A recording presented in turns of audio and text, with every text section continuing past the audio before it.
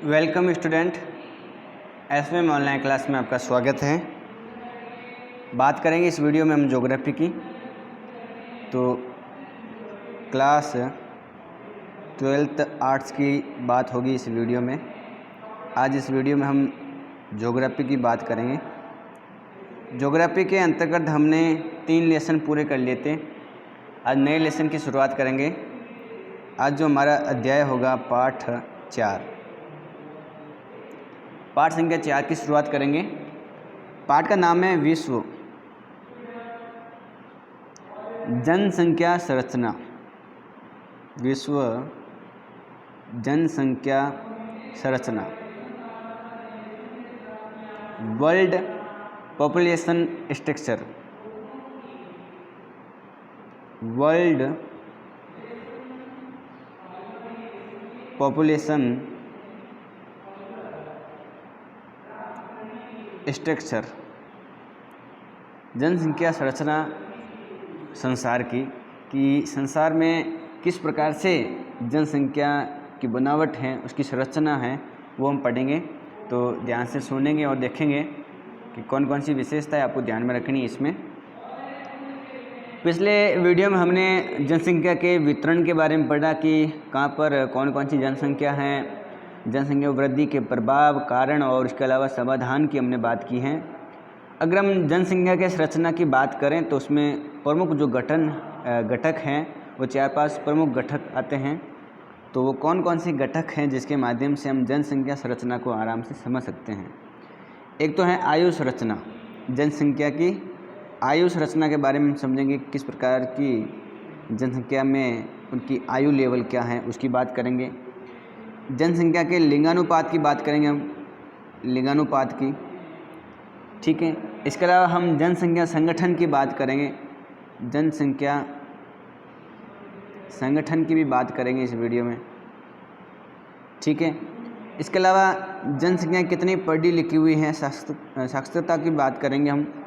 तो साक्षरता के अलावा हम व्यावसायिक संरचना के बारे में भी पढ़ेंगे कि जनसंख्या कौन से व्यवसाय में संलग्न है, कौन से कार्य करती हैं, ये भी हम पढ़ेंगे। तो ये सारे टॉपिक हमें इस लेसन में समझना है। ये सारे जो बिंदु हैं वो जनसंख्या संरचना के बारे में बताते हैं कि जनसंख्या की आयु संरचना किस प्रकार की है, लिंगानुपात क्या है, जनसंख्या संगठन क्या है, साक्षरता क्या है, व्यवसायिक संरचना क्या है। ये सारी बातें हमको समझनी है। ये टॉपिक पढ़ेंगे इनके बारे में विस्तार से। सबसे पहले बात करते हैं आयु संरचना के बारे में। किसके बारे में? आयु संरचना के बारे में पढ़ते हैं, एज स्ट्रक्चर के बारे में। तो एज स्ट्रक्चर की बात करते हैं, आयु संरचना की बात करते हैं कि जो संसार में जनसंख्या है उन कितने वर्ग में कितने युवा हैं, कितने बच्चे हैं, कितने बूढ़े हैं, उनकी बात करते हैं। अगर हम इस संरचना की बात करें तो इसके अंतर्गत किसी देश या प्रदेश में पाए जाने वाले जो विभिन्न वर्ग के लोग हैं उनकी आयु या उनकी उम्र की बात इसमें हम करते हैं। इस आयु संरचना में हम किसी प्रदेश में रहने वाले लोगों की आयु के बारे में बात करते हैं, रहने वाले लोगों की आयु की बात करते हैं इस आयु संरचना के अंतर्गत। किसी भी देश की जनसंख्या को सामान्य 3 वर्गों में विभाजित किया जाता है। कितने वर्गों में? 3 वर्गों में विभाजित किया जाता है सामान्य रूप से। अगर हम बात करें 3 वर्ग कौन कौन से हैं, एक तो 0 से 14 वर्ष के बीच के लोग, ठीक है, 0 से 14 वर्ष बीच की जनसंख्या।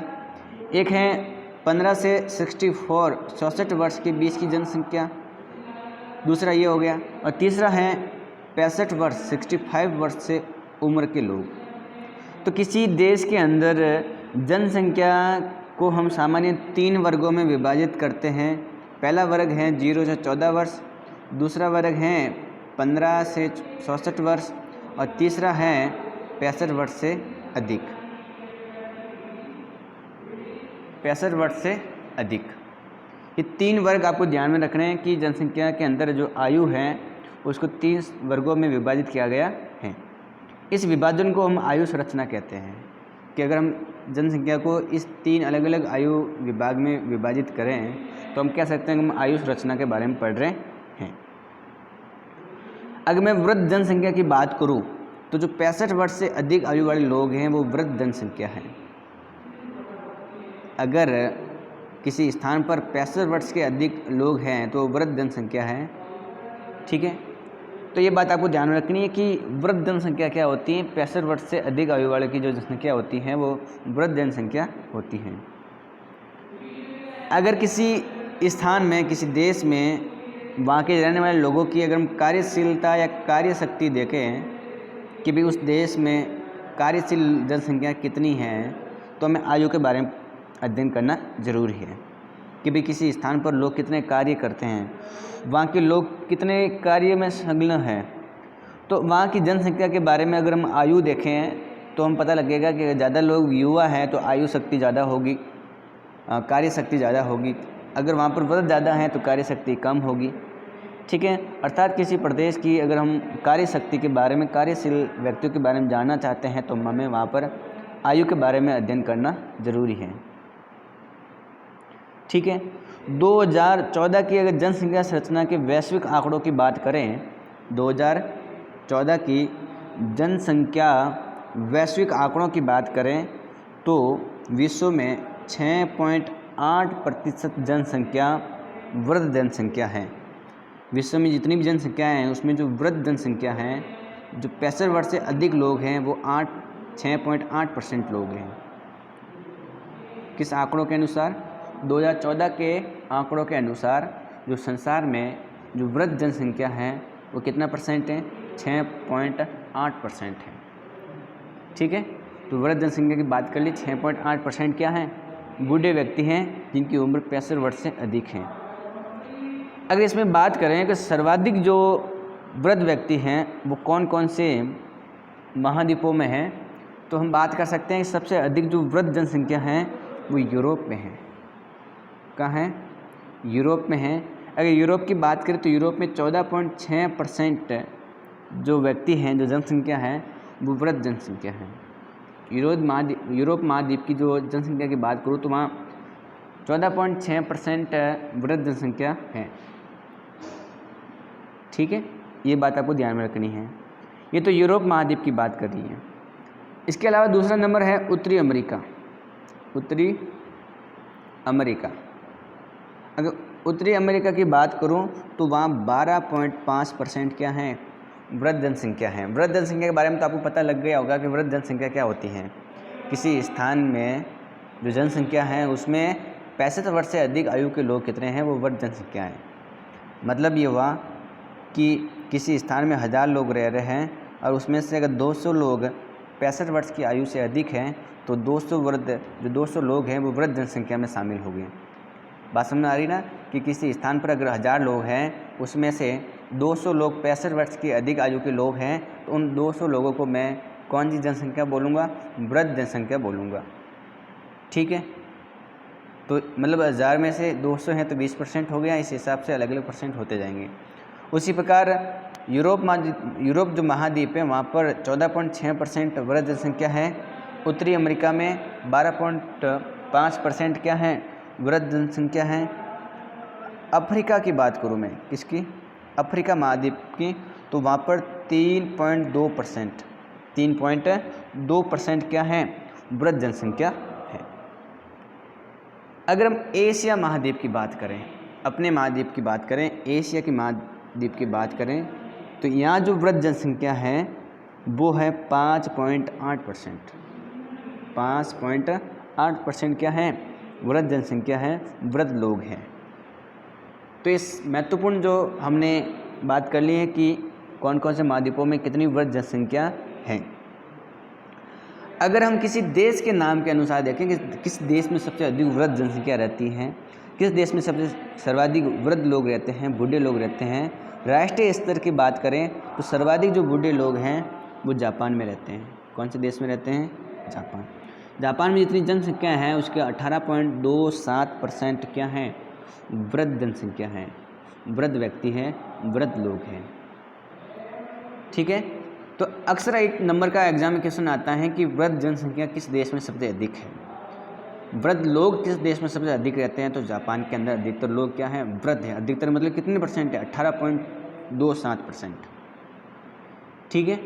तो ये तो हमने बात की है देश के अकॉर्डिंग, राष्ट्रीय स्तर पर। अगर हम महाद्वीप के अकॉर्डिंग देखें तो इन महाद्वीपों में इतने परसेंट क्या है, वृद्ध व्यक्ति हैं। जापान के बाद में जो देश आता है वो आता है जर्मनी। जर्मनी में भी वृद्ध व्यक्ति काफ़ी हैं। जर्मनी में देखें तो 17.17% क्या है, वृद्ध जनसंख्या है। उसके बाद बात करें तो फ्रांस में भी 16.21% क्या है, वृद्ध व्यक्ति हैं। ब्रिटेन की बात करें तो ब्रिटेन के अंदर भी 15.9% क्या है, वृद्ध जनसंख्या है। ठीक है। लेकिन अगर हम अफ्रीकी महाद्वीप के जो देश है अगर उनकी बात करें तो उसमें तो वृद्ध जनसंख्या की बात करें तो 2 से 3% लोग ही क्या हैं, वृद्ध हैं। ठीक है। इसमें से अगर हम विशेष अफ्रीकी महाद्वीपों के देशों की बात करें तो जो इथोपिया देश है, कौन सा, इथोपिया, इसके अलावा जो सोमालिया देश है, सोमालिया, वो इसमें शामिल है।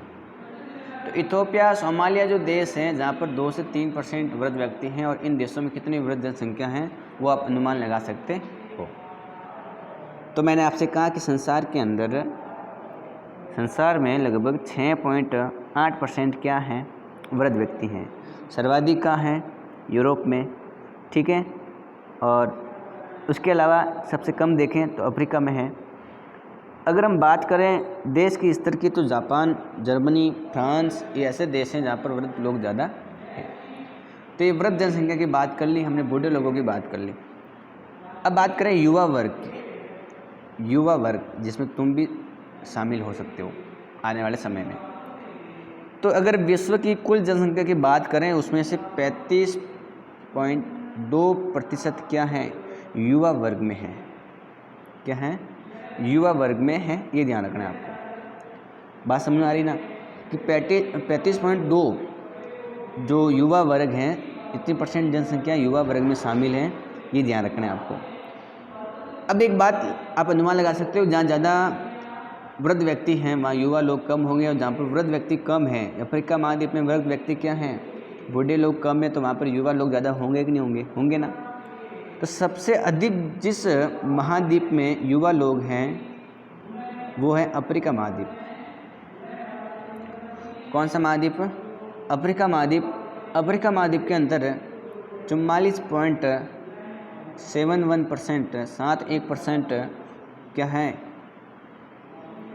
युवा वर्ग है। ठीक है। तो युवा वर्ग तो जानते हो ना कि 15 से 66 वर्ष के बीच के लोग युवा वर्ग होते हैं। 0 से 14 वर्ष के लोग हैं वो बच्चे के वर्ग में आते हैं, और 65 से अधिक हैं वो बूढ़े व्यक्ति आते हैं। तो अफ्रीका महाद्वीप में काफ़ी हैं। फिर एशिया के अंदर, और एशिया में तुम भी शामिल हो। एशिया में लगभग देखें तो 33.6% क्या हैं, युवा वर्ग हैं। फिर उत्तरी अमेरिका की बात करें अपन, नॉर्थ अमेरिका की बात करें तो 22.51% क्या हैं, युवा वर्ग हैं। ये ध्यान रखना है आपको। ठीक है। इसके अलावा अगर बात करें दक्षिण अमेरिका की, दक्षिण अमेरिका की बात करें तो वहाँ पर भी काफ़ी हैं। वहाँ अगर देखें युवा वर्ग में तो 41.51% है। ठीक है। यूरोप में 17.5% क्या है, युवा वर्ग हैं। तो इस प्रकार से हम देख सकते हैं कि सबसे अधिक युवा वर्ग किस महाद्वीप में है। ये तो महाद्वीप के लेवल की बात करते हैं। अब करते हैं देश के स्तर की बात कि युवा वर्ग सबसे कम कहाँ है। तो सबसे ज़्यादा कहाँ थे, किस देश में ज़्यादा बूढ़े व्यक्ति थे, जापान में। तो युवा लोग सबसे ज़्यादा कम कहाँ होंगे, जापान में। जापान में 14.3% युवा हैं। जर्मनी में देखें तो 15.2% क्या हैं, युवा हैं। ठीक है। अगर ब्रिटेन की बात करें तो वहाँ पर 17.7% क्या है, युवा वर्ग हैं। और संयुक्त राज्य अमेरिका की बात करें तो 21.6% वहाँ पर क्या है, युवा हैं। ठीक है। तो इस प्रकार से इन देशों में युवा वर्ग हैं। इस महाद्वीपों में कौन कौन से महाद्वीपों में कितना % युवा वर्ग है। तो हमने वृद्ध व्यक्ति की बात कर ली, युवा वर्ग की बात कर ली, बाकी शेष रह गए बच्चे। ठीक है। तो एक बात तो आपको पता लगी कि अगर हम देखें तो किस स्तर पर कौन कौन से देशों में विशेषकर युवा वर्ग हैं। तो जो विकासशील देश हैं वहाँ पर युवा लोग ज़्यादा पाए जाते हैं। विकासशील देशों में, किस प्रकार के देशों में? विकासशील जो देश हैं वहाँ पर युवा वर्ग ज़्यादा है। सामान्य एक बात तो आपको समझ में आ गई कि जो विकासशील देश हैं यहाँ पर युवा जनसंख्या ज़्यादा है, ठीक है, और विकसित देशों में वृद्ध व्यक्तियों की जनसंख्या ज़्यादा है। जितने विकसित देश है वहाँ पर क्या है? वृद्ध व्यक्ति की जनसंख्या ज़्यादा है। अगर हम आयु की बात करें ना, अगर किसी स्थान पर आयु की जो संरचना है अगर उसमें असंतुलन है, आयु की संरचना में अगर असंतुलन है, असंतुलित आयु संरचना है, तो वहाँ की आर्थिक व्यवस्था पर बड़ा बुरा प्रभाव पड़ता है। ये ध्यान रखना है आपको, क्योंकि किसी देश की आर्थिक व्यवस्था को सुधारने के पीछे वहाँ के लोगों का हाथ होता है। अगर लोग ज़्यादा बूढ़े हैं तो आर्थिक व्यवस्था आप समझ सकते हो, अगर ज़्यादा वृद्ध व्यक्ति हैं तो आर्थिक व्यवस्था देख सकते हो, युवा वर्ग है तो आप आर्थिक व्यवस्था समझ सकते हो। तो किसी देश में अगर असंतुलित आयु संरचना है तो उसका प्रभाव देश की आर्थिक व्यवस्था पर सीधा सीधा पड़ता है। उसके अलावा अगर देखें तो जिन देशों की जनसंख्या तीव्र गति से बढ़ रही है वहाँ पर बच्चों की जनसंख्या ज़्यादा है। ऐसे देश जहाँ पर जनसंख्या ज़्यादा बढ़ रही है, तेज़ रूप से बढ़ रही है, तीव्र गति से बढ़ रहे हैं, तो वहाँ पर बच्चों की जनसंख्या क्या है? ज़्यादा है। ठीक है, तो हम एक एक पॉइंट की बात करते हैं कि आयु संरचना में कहाँ पर कितने बच्चों की व्यवस्था है, कितने % देश में, कितने लेवल में वयस्क आदमी है, वृद्ध व्यक्ति है, बाल आयु है, सारी बात करते हैं। तो हम हेडिंग पढ़ेंगे आयु संरचना के बारे में। तो सामाजिक और आर्थिक और जनांगीय की दृष्टि से देखें तो 15 वर्ष और 65 वर्ष की आयु महत्वपूर्ण विभाजित करती है। मतलब 65 वर्ष और 15 वर्ष की जो आयु है वो दो अलग अलग भागों में विभाजित करती है। 15 से कम बच्चे, 65 से ऊपर वृद्ध, बीच में युवा वर्ग। तो ये एक आयु संरचना को विभाजित करने की इकाई है। एक इस प्रकार से हम इसको विभाजित कर सकते हैं। और जनसंख्या के 3 अलग अलग भागों में आयु वर्गों को विभाजित किया है, जिसकी मैंने आपको बात की है कि 0 से 14, फिर 15 से 66 और 65 वर्ष से अधिक। अगर 0 से 14 वर्ष हैं तो वो बाल आयु वर्ग हैं। अगर 0 से 14 वर्ष हैं तो बाल आयु वर्ग हैं। अगर 15 से 66% हैं तो वो वयस्क आयु वर्ग है। ठीक है, और अगर 65 से अधिक है तो वो वृद्ध आयु वर्ग है। ठीक है, तो ये बात आपको ध्यान में रखनी है कि वृद्ध आयु वर्ग और बाल आयु वर्ग और वयस्क आयु वर्ग की उम्र क्या निर्धारित की गई है। किसको बाल आयु वर्ग में शामिल करेंगे जिसकी उम्र 0 से 14 वर्ष है, किसको वयस्क आयु वर्ग में शामिल करेंगे जिसकी उम्र 15 से 66 वर्ष है, और किसको हम वयस्क हो गया, किसको हम वृद्ध आयु वर्ग में करेंगे जिसकी 65 वर्ष से ज़्यादा उम्र है। तो आयु संरचना को 3 अलग अलग भागों में विभाजित किया है। पहले पढ़ते हैं बाल आयु वर्ग। बाल आयु वर्ग के बारे में पढ़ते हैं। तो उम्र आप कितनी बताएंगे? बाल आयु वर्ग में उम्र क्या है? 0 से 14 वर्ष। ठीक है, बाल आयु वर्ग की बात करते हैं। मतलब 15 वर्ष से जो कम आयु के वर्ग हैं वो इसमें सम्मिलित हैं। 5 वर्ष से कम आयु के बच्चों को सम्मिलित किया भी जाता है इसमें, और 5 वर्ष के अंतराल के इस आयु वर्ग में 3 अलग अलग विभाजित हैं। मतलब इसको भी 3 अलग अलग आयु वर्ग में विभाजित किया गया है 5 वर्ष के अंतराल को देख करके। कितने वर्ग को देख करके? 5 वर्ग के आयु अंतराल को देखकर इसको भी 3 अलग अलग भागों में विभाजित किया गया है। इसमें एक तो 0 से 4 वर्ष, एक 5 से 9 और 10 से 14। तो ये भी आयु वर्ग, बाल आयु वर्ग को इस 3 अलग अलग भागों में विभाजित किया गया है। लगभग 5 वर्ष के अंतराल को देख करके 3 उप विभागों में विभाजित किया है। ठीक है, तो ये कौन कौन से हैं? जिसमें 0 से 4, 5 से 9 और 10 से 14 वर्ष है बाल आयु वर्ग। बाल आयु वर्ग कौन सी मानी है? 0 से 14 वर्ष मानी है। ठीक है, इसके साथ में बच्चों के पालन पोषण और स्वास्थ्य शिक्षा आदि पर अधिक खर्च देखना जरूरी है। किस आयु वर्ग पर ज़्यादा पैसे खर्च होते हैं, जिसका भार आर्थिक कार्यों में संलग्न वयस्क व्यक्तियों पर पड़ता है। आर्थिक जनसंख्या का अधिकांश भाग इसी वर्ग आयु में आश्रित, एक आश्रित जनसंख्या की बात करूं तो जो आश्रित जनसंख्या होती है उसका जो अधिकतर भाग है वो इसी आयु वर्ग में सम्मिलित है। मैं आपसे ये कह रहा हूँ कि जो दरअसल ये आयु वर्ग के जो लोग हैं वो आश्रित जनसंख्या है। कैसी हैं? आश्रित जनसंख्या। आश्रित जनसंख्या का मतलब ये हुआ कि इस वर्ग के जो व्यक्ति हैं या जो बच्चे हैं 0 से 14 वर्ष के जो बाल आयु वर्ग के जनसंख्या हैं, वो क्या है, वो आर्थिक कार्य खुद नहीं करती हैं, वो वयस्क व्यक्तियों पर निर्भर है। क्या है? वयस्क व्यक्तियों पर क्या है? निर्भर है।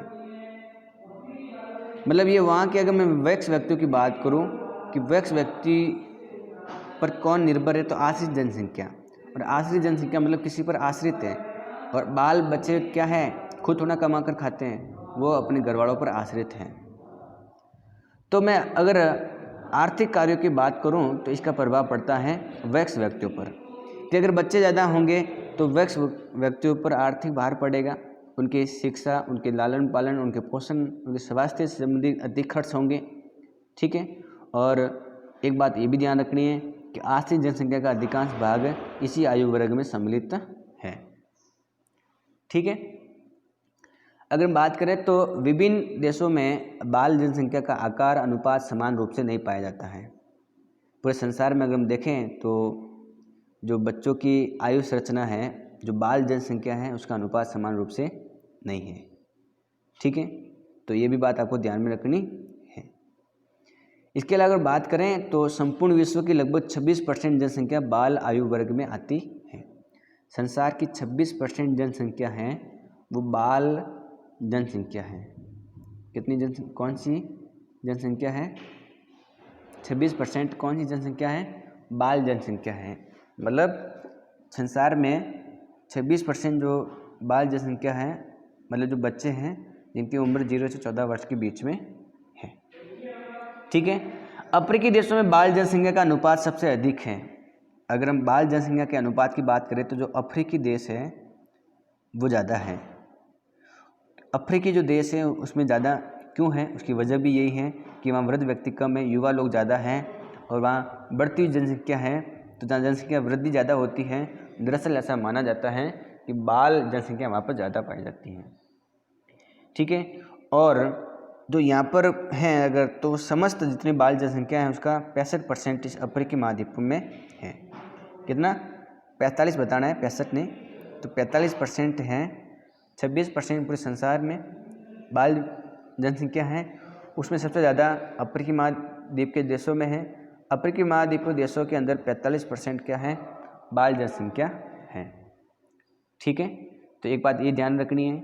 इसके अलावा अगर हम देखें तो जो संयुक्त राज्य अमेरिका है, कनाडा है, पश्चिम यूरोप के देश हैं, ऑस्ट्रेलिया है, ये सब क्या विकसित देश है और इनमें जन्म दर निम्न है और जीवन प्रत्याशा उच्च होने के कारण यहाँ पर बाल जनसंख्या का आकार छोटा है।